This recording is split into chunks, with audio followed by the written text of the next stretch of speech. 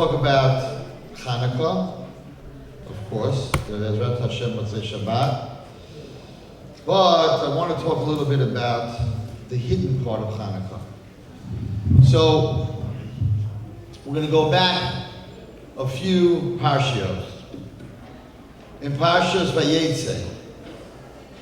So it says that Yaakov Avinu had a dream, and he woke up, and when he woke up, he found a jar of oil, and he took the jar of oil and he anointed a matzeva, which is a stone in remembrance of the dream that he had. And the question is as follows. Where did he get the oil from? We know that Esav sent his son to kill Yaakov. But Esav's son was a student of Yaakov, and he didn't really want to kill him. So Yaakov Avinu said, if you take away all my money, my clothing, everything that I have, then I will be very poor. And the Gemara says, Ani chashiv kimes, that a person who has nothing financially, monetarily, is considered like he's dead. So Yaakov said, if you take everything away, you can tell your father that you killed me. So the question is, and he took everything away. The question is, where did Yaakov get the oil from? If he gave everything to Eliphaz, that meant that he had nothing left. He wakes up from a dream. Where did he get his clothing from? So the Midrash says that when Eliphaz took all his clothing, he jumped into a little oasis, into a lake. Hashem, there was an Arab sheik that came to go swimming in the lake, so he took his clothing and put it on the edge, and the Midrash says that the Arab sheik drowned, and Yaakov took his clothing. So we know where Yaakov got his clothing. The question is, where did he get the oil? And the Midrash says, there's two Midrashim. One says that God placed the oil next to his head so that when he would wake up, he would find this little jar of oil. Now, why am I telling you all this? Because the Midrash says that the jar of oil that they found in the Beis HaMikdash on Hanukkah, that little teeny jar of oil, was the same jar of oil that Yaakov found when he woke up. What was special about this jar of oil?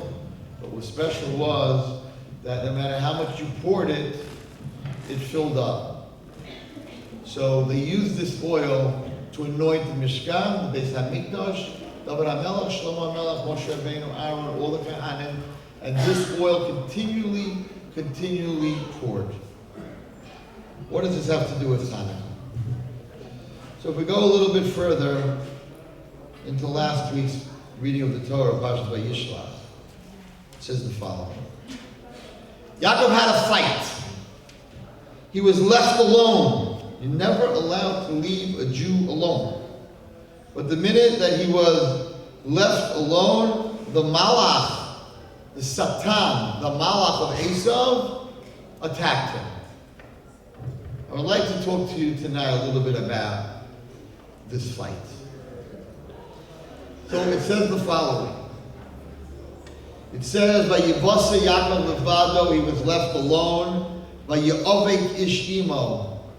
Now, if you want to say, I know there are a lot of Israelis here, when you want to say that two people are fighting, you speak Ivrit, the word Vayeovek means, in English, that they kicked up a lot of dust.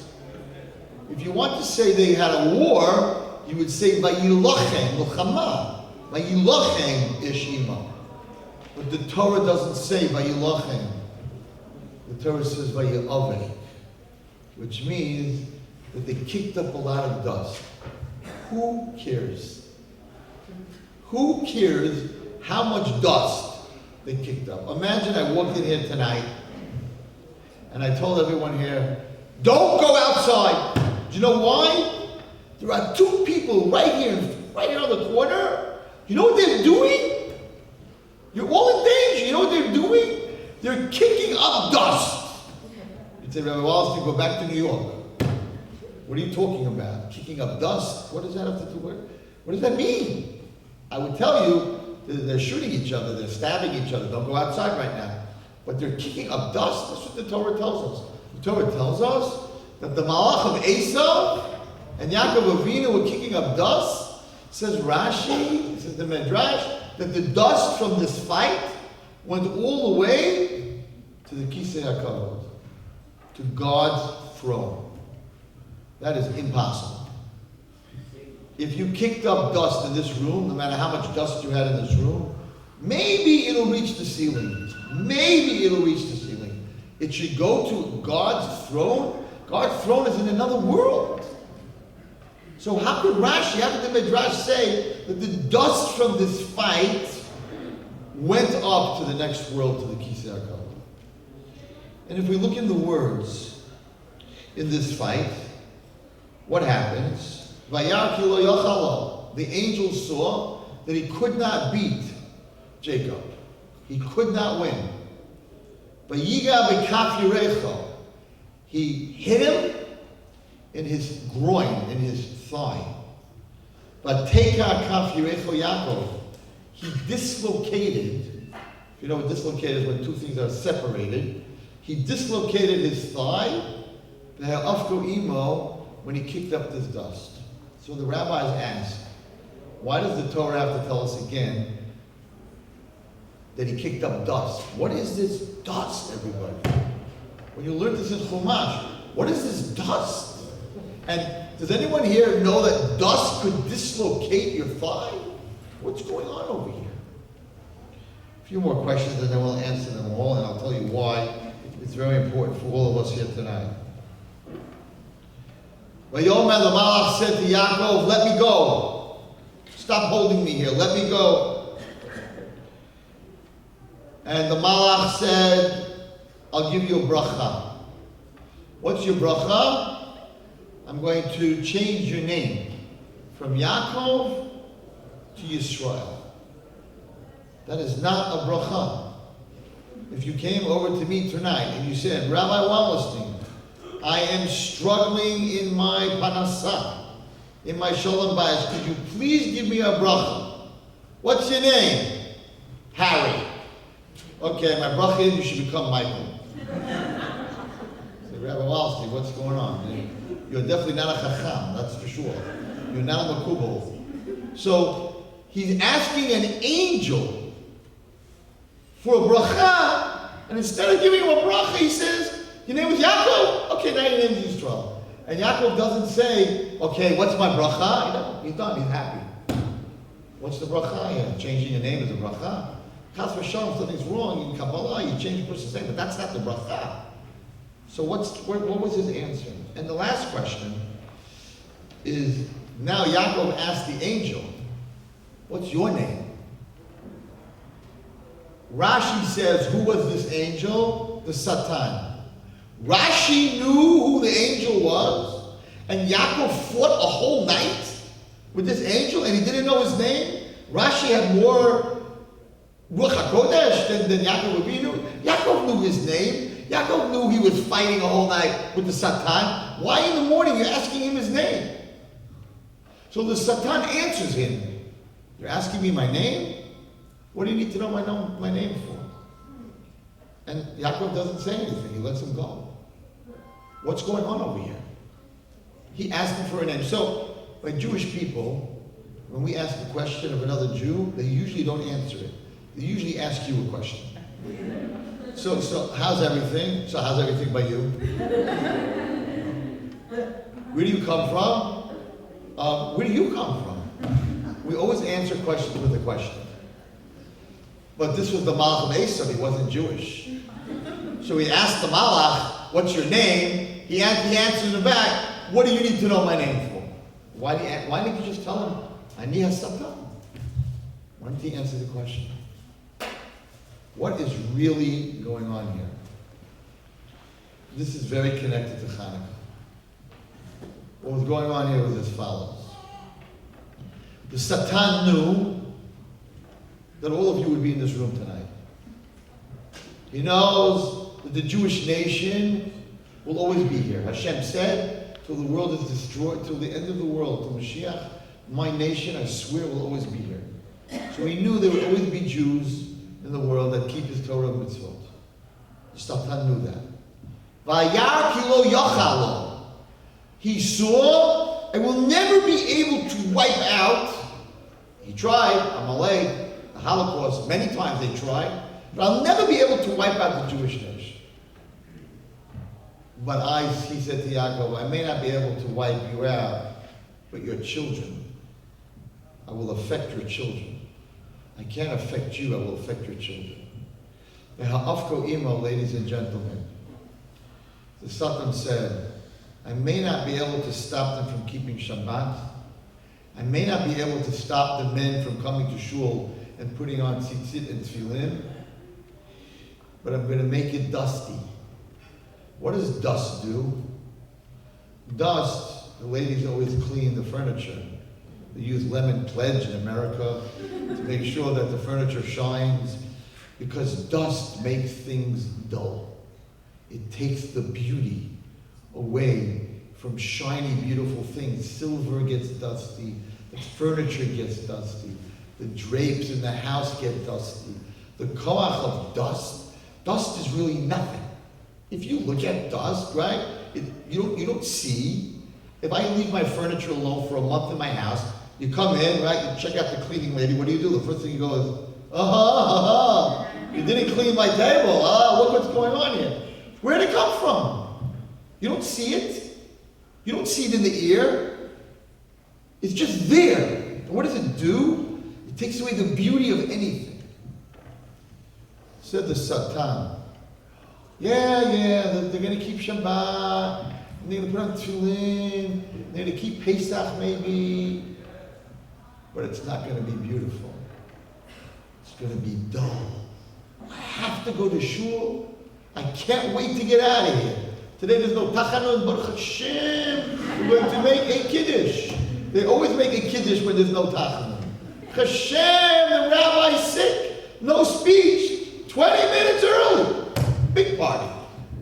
They take out all the Johnny Walker Blue. All the scotch comes out. Baruch Hashem. What the Satan said is you Jews are going to do your mitzvot, but it's going to be boring, ugly, dull. I am a teacher for 38 years. The last time I was in California, I said that to a group of women, and they said, you don't even look like you're 38 years old. And that's why I come back to California. 38 years I'm teaching. In the last 10 years, I teach seminary, I teach high school. I told my group of girls to take a piece of paper and don't write your name on it. Write me 2 things in this world that you think are beautiful. I got sunrise, sunset, sounds like the Fiddler on the Roof. I got diamonds, a lot of girls wrote diamonds. I got poetry, art. Not one girl in 10 years, my seminary has 60 to 70 girls. So you're talking about 700 Jewish religious, Orthodox girls above the age of 18. Not one wrote beautiful, the Torah, Judaism, being a Jew, Pesach, Purim, Hanukkah. Everything was in the physical world. I did it this week. I didn't make the speech. The speech comes after they do it. And a girl got up and said, Rabbi Wallerstein, what are you talking about? How could the Torah be beautiful? Beautiful things are physical things. Torah is not supposed to be beautiful. I said, this is the curse. This is the fight. This is what Esav did in that fight with Yaakov. And where did he hit him? He hit him in the groin. The groin is a representation of children. When Eliezer swore to Abraham that he would not take a girl from Canaan, he swore he put his hand on Avraham Avinu's thigh. Rashi says, why his thigh? Because it represents children. So he was swearing on his children. So the Malach said, Yaakov, you think Torah is beautiful. But in 2016, in Tafshin Ayin Zayin, the Jews will keep the Torah, some of them, but even the ones that keep it will never look at it that it's beautiful. Shabbat is beautiful. Shabbat is boring. How am I going to make it through? Baruch Hashem, I have 15 magazines to read. Maybe I'll make it to the end of Shabbos. And the guys are like, I can go from house to house, I'll have a kiddush, a little scotch, a little bourbon, a little more scotch. I'll be so drunk that I won't even know that it's Shabbat. Okay, even an ugly thing, if you drink enough, it looks beautiful. The beauty of being a Jew, the beauty of having a soul, it's full of dust. We're not proud. We're trying to hide who we are. I went to a Yankee game, this baseball game, this summer, and I went with my grandchildren. And there were a bunch of guys with Yankee caps, and they thought that you couldn't tell that they're Jews. And we were looking to make a mincha minyan, and I was walking, outside, and I went over to one of these guys. I'm like, "We're going to daven mincha in the corner." He said, "How do you know I'm Jewish?" I'm like, "You think you can wear a hat? You think I can't tell that you're Jewish? What, are you ashamed that you're Jewish? Like what? You don't want to daven mincha?" We're so ashamed of it. We're so not proud. Our children are not proud. We don't make Shabbat something that we're proud. How many women light candles 15 minutes before Shabbat?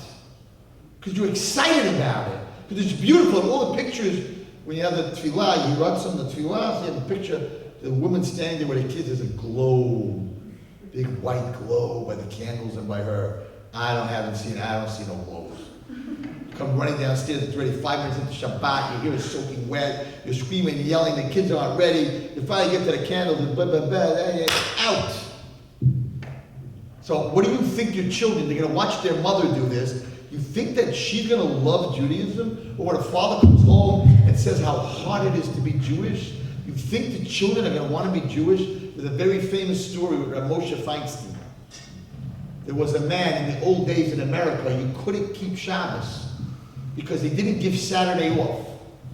So in the 1930s and the 1920s, you got fired. You didn't show up on Saturday. When you came back Monday, they said you didn't come on Saturday, and you got fired. So the religious Jews, every Monday, try to find a new job. You know what that is? They would not give them off Saturday. In fact, there were many Jews that would go to early, that's where the early meaning comes from, it's called Hashkama, and that's why Hasidim don't have Hashkama. They used to daven at 7 o'clock, and at 9 o'clock they went to work. They didn't want to lose their job. So there's some shuls that won't daven at 7 o'clock because it's in memory of the guys that were Mechal Shabbat. So this man on the east side, every week lost his job. And then his he had three boys, every one of them were Mechal Shabbos when they got married. And I think 2 of them didn't even marry Jews.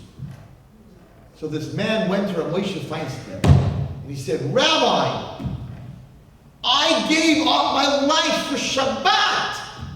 I got fired every week. How can Hashem do this to me? That all 3 of my boys are Mechalal Shabbat." So Rabbi Feinstein asked him, "Tell me, when you used to come Friday night to the table, what did you say to the children?" So it's a Yiddish saying. Oy, is a zoy schwer zu sein a Yid. Oy, it's so hard to be a Jew. Monday I gotta look for another job. So these children grew up hearing their father say, "Oy, it's so hard to be a Jew." If that's what you hear your father say, do you want to be a Jew? So Moshe Feinstein said, "You're a big tzaddik what you did, but you told your children that it's very hard to be a Jew." Children don't want to do something that is very hard. And that's what the Satan did. He located, separated us from God. How? Not by saying, don't keep the mitzvot, by making it dusty, by making it not beautiful. And I'm not accusing anyone in here, but if you've never heard my shiur before, men and women, and I gave you a piece of paper, and I said, write down one thing in this world that is beautiful, I don't think anyone would have written Judaism or Torah. Because in our heads, beauty is physical. The boys I gave the same paper, they wrote a Maserati, a Ferrari, a pretty girl. That's what they wrote. That's what's beautiful. Oh, car pulls up, a Maserati. Some guys wrote a mansion. One guy wrote a private jet. I don't know what his father does. Nobody wrote Torah. Shabbat. I'll tell you a story. I'll tell you two stories about Shabbat. You know, before I walked in here tonight, I don't know anyone here. I said to Hashem, I say it always before I speak, God, put in my mouth what they need to hear, not what I need to say. Because sometimes what I need to say is not what you need to hear. And many times what you need to hear, I wasn't prepared to say. So I'm going off. I'm going to veer off for 2 minutes because that's just what I feel I need to talk about. And that's, we're coming into I don't know how many of you are coming to the Shabbat, but we're coming into a Shabbat that is a very important Shabbat because the Greeks, the war of the Greeks, there were three things. They wanted the three rules. You want to wear kippah? Greeks let you wear kippah. You want to wear tzitzit? No problem. You want to eat matzah? Have a good time. What were the three mitzvot they didn't allow us to have? One was Shabbat, because Shabbat is beautiful. Shabbat is our connection to God. One was Rosh Chodesh, because that makes all the holidays, which also connects us to God. And the third thing was Bris Milah. Bris Milah represents Jewish purity. They said, purity and beauty does not belong to the Jew. It belongs to Yavan. It belongs to the Greeks. Hercules, Venus, Zeus, the Olympics, competition, body, physical, that's what the Greeks believed in. So you cannot have beauty. And they understood that what should be beautiful by a Jew, what are the three things we should take away? Shabbat should be beautiful, Rosh Chodesh, which is holiday, should be beautiful, and purity should be beautiful. Those were the three things. Let me tell you two stories about Shabbat. So, in New York, maybe not in LA, we have a big problem. One of our big problems is that on Shabbat, guys get drunk. Get drunk, they go to this kiddush and to that kiddush, and to this guy's house, and everybody's at competition, blue label, green label, the bottle has to be older than them, it has to be 21 years old, 18 years old. You think you're going for a shidduch? How old the bottle has to be. Maybe they get a bottle resume, I'm not sure. Right? But it's very, very important, and by the time they get home, they're mamish, they're half drunk, they're all fuzzy. It's a very big problem. And I got up in New York, and I told them the following story. So Shabbat is being attacked, even in the religious Orthodox. Some of our kids are on their phones on Shabbat. It's becoming a very big thing. It's called Have Shabbat, and quietly behind their parents' back, even the ones that are Shomer Shabbat, they use their phones on Shabbat. And when the parents catch them because they see the bill and they bring them to me, I'm like, these are girls that would not take a bone out of fish. These are girls that would not take a cup of hot water directly. They'd have to have Kaylee Shaney. And they're on their phone on Shabbat. They're texting each other. They're WhatsApping each other. I'm like, what are you doing? How could you do that? It's Shabbat. And they're like, I'm addicted. It's an addiction. Hashem understands. Hashem understands addiction. Why Shabbat? More than unkosher, more than anything else. Why is the Satan now, his main thing is that we should not keep Shabbat? And the answer is as follows. So, there's a story, there was a man who was married to his wife and he loved her very, very much. and it was their 30th anniversary, and he wanted to buy her something special. It was a woman who had everything. So he comes to his jeweler, and he says, I want a ring that's going to be different than any other ring that you've ever made. And the jeweler says, I'll make you a ring with a 9-carat diamond. He goes, she has diamonds. I don't know if that's going to do it. He goes, how about a ruby? She has rubies. How about a sapphire? How about pearls? Go through every jewel. And the guy says, each one of them she has. He said, I'll tell you what I'll do. I'm going to make a ring that has every single jewel on it. The biggest diamond, sapphire, ruby, pearls, gold, and it's going to work together. It's going to be something I never created. It's going to be something just for you because you're a very good customer of mine. And the guy works on it, and he works on it, and he comes back and he shows him this ring. In his whole life, he never saw such a ring. Crazy expensive, but for his wife, he loves her, anything. So tonight, some of the women are going to go home and say, hey, don't you love me? Where's my ring? Go talk to Rabbi Wallerstein. So he comes, you can imagine, he's so excited. He's going to give his wife, it's not the present, it's the anticipation of the reaction of the person that you give the present to.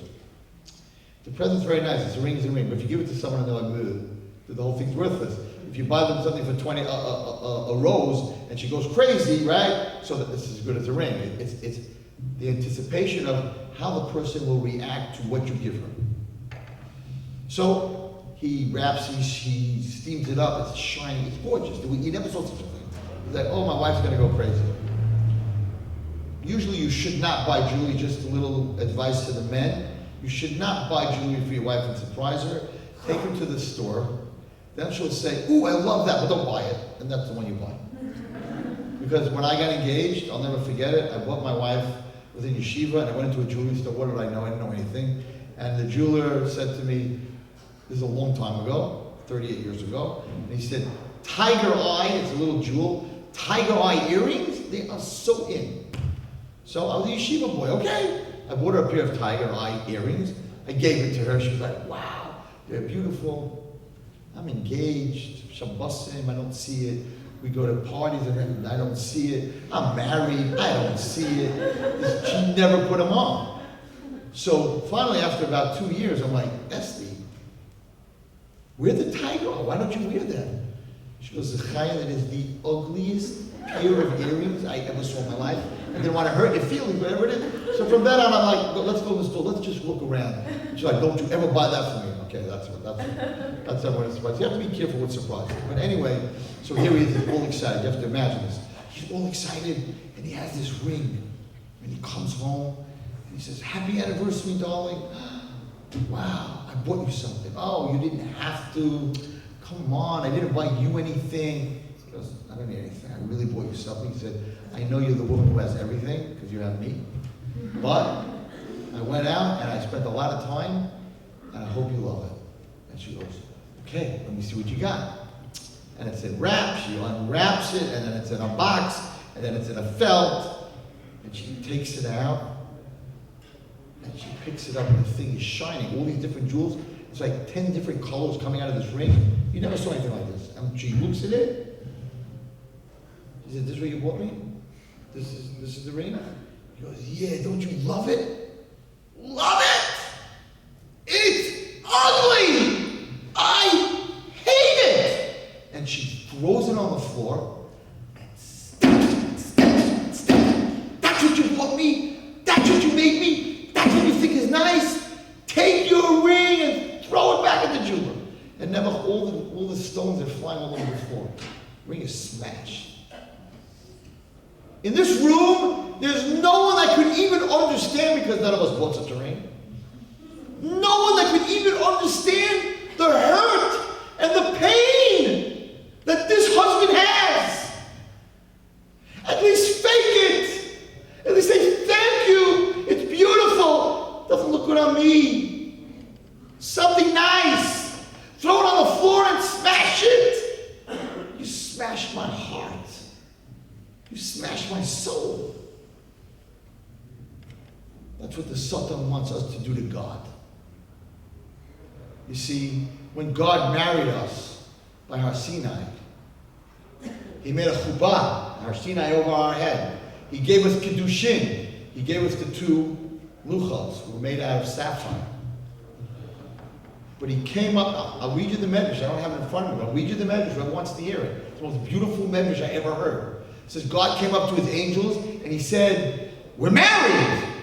Chubah, kiddushin!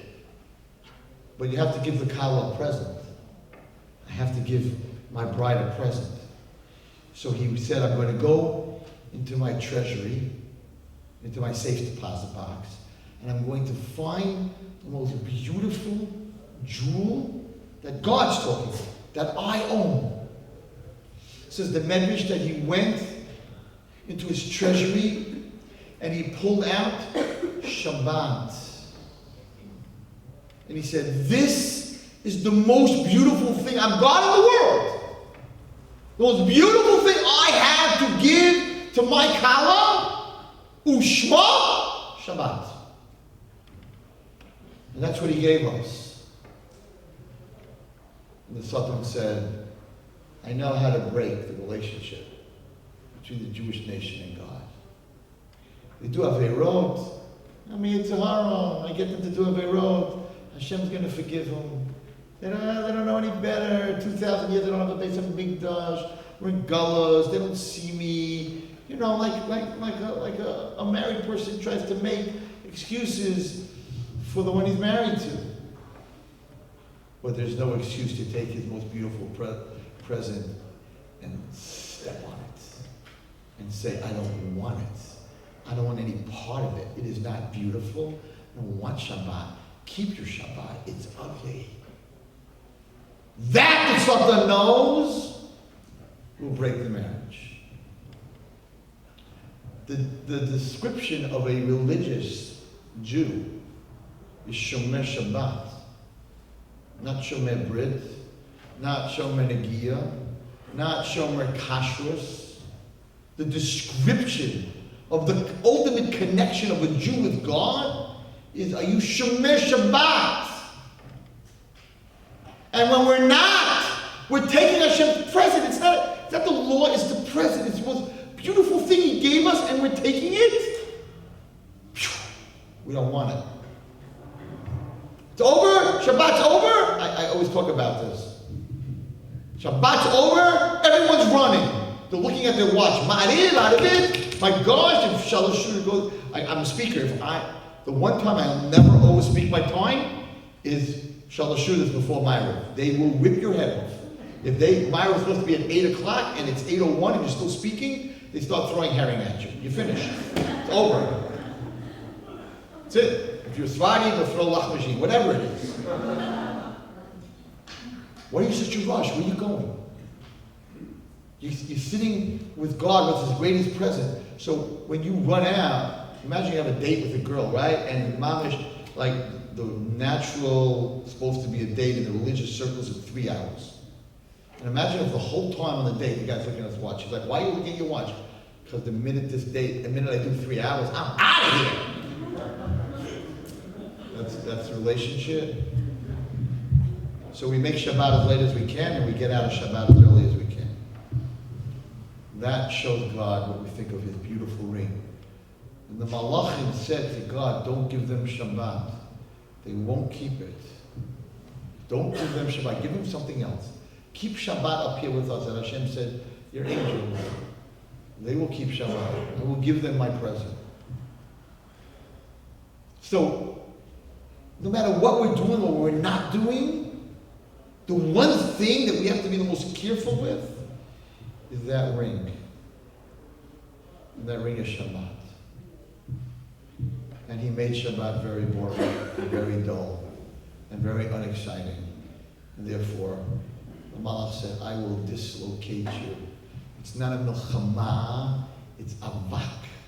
I will take putting on tefillin, wearing tzitzis, being tzniut, all the mitzvahs.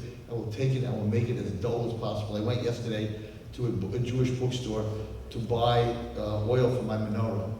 So now they have, for the last couple of years, first of all, they're very cute things. They probably have it here too. They have a blue candle. You light it, and it sings Ma'asu. The candle sings. Because we're so lazy that we can't even sing. It's like, it's okay, I don't have to sing. The candle's singing. So they made a candle that sings. Could you imagine? We should, we're crazy. We made a candle that sings. And then, you go to any store here, God forbid your hand should get oil on them. No. You buy the ones in the glass that are already made, you don't have to do nothing. It says on it, clean, greaseless, oilless, no more stains, no more nothing.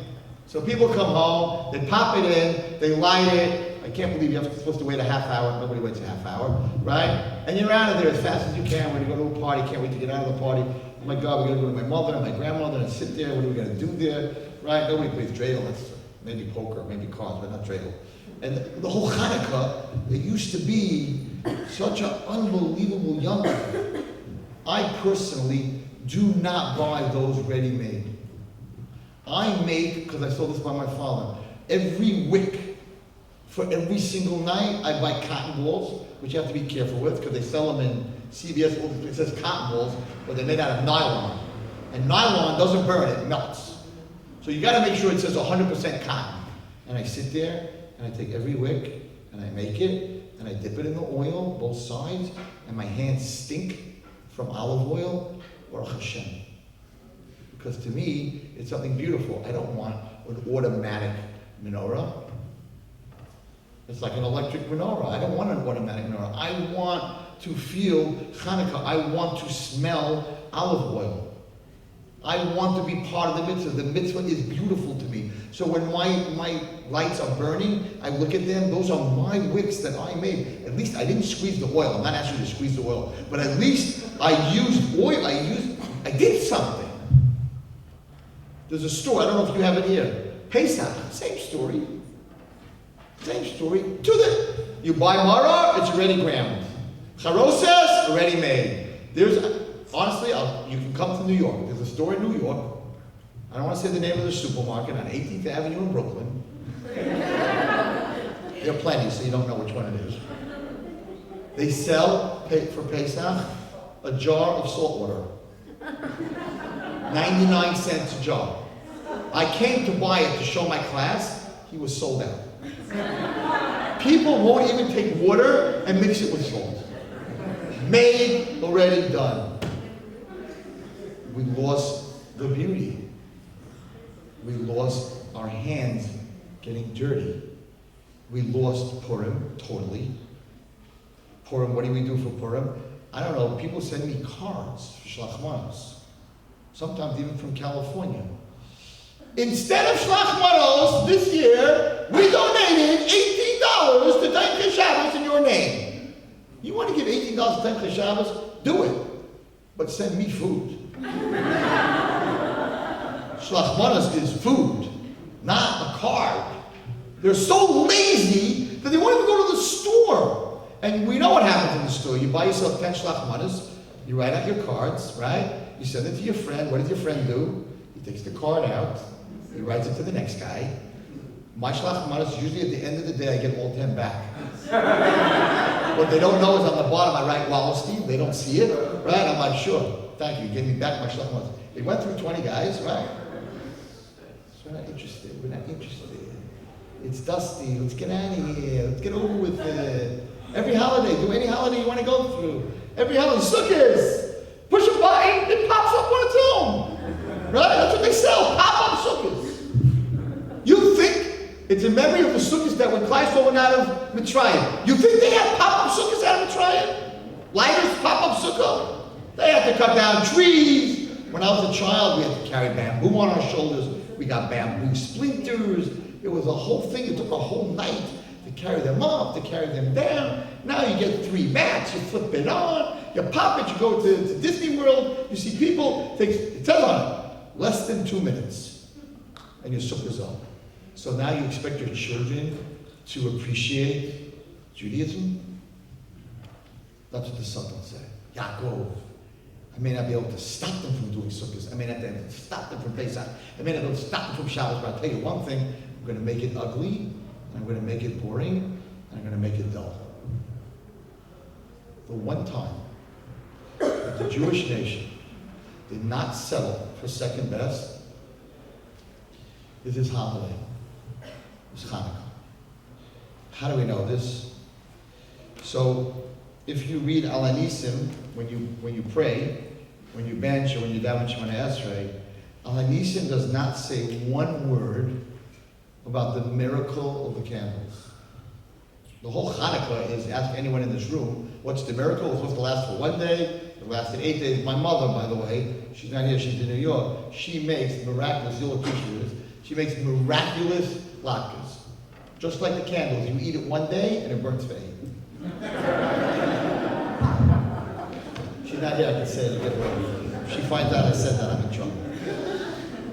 So, if you read Al Hanisim doesn't say anything about the miracle. It talks about the war, and then at the end it says, after the war, your children came, they came to clean out the Heichal, the Beis HaMikdash, they made it Tahor, they lit the menorah, and they made Hanukkah. You're already telling me about, Rabbi, you're telling me about the menorah, so why don't you say, and there was only enough oil for one day, and it lasted 8 days. It does not say one word in Al Hanisim, which is the only thing we say special about Hanukkah. We say Halal, but about Hanukkah, you don't say one word about the miracle.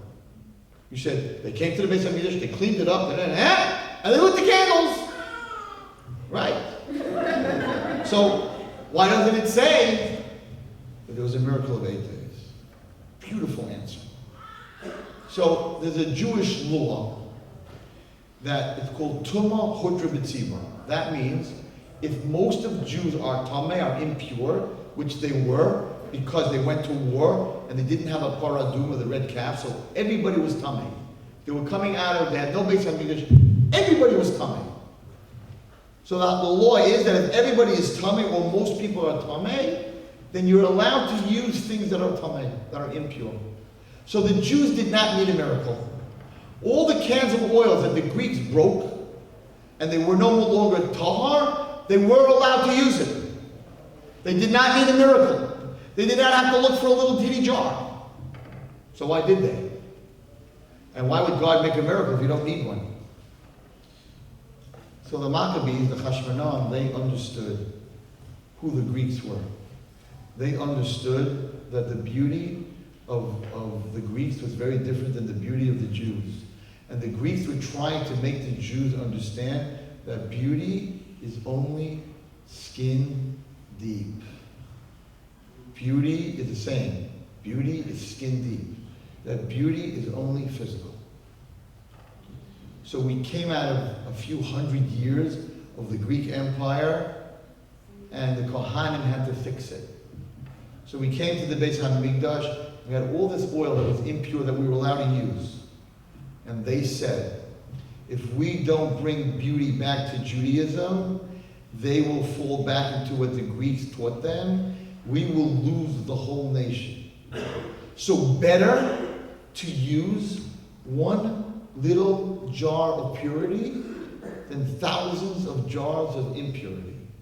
Better to have pure light for one night than impure light for 8 nights.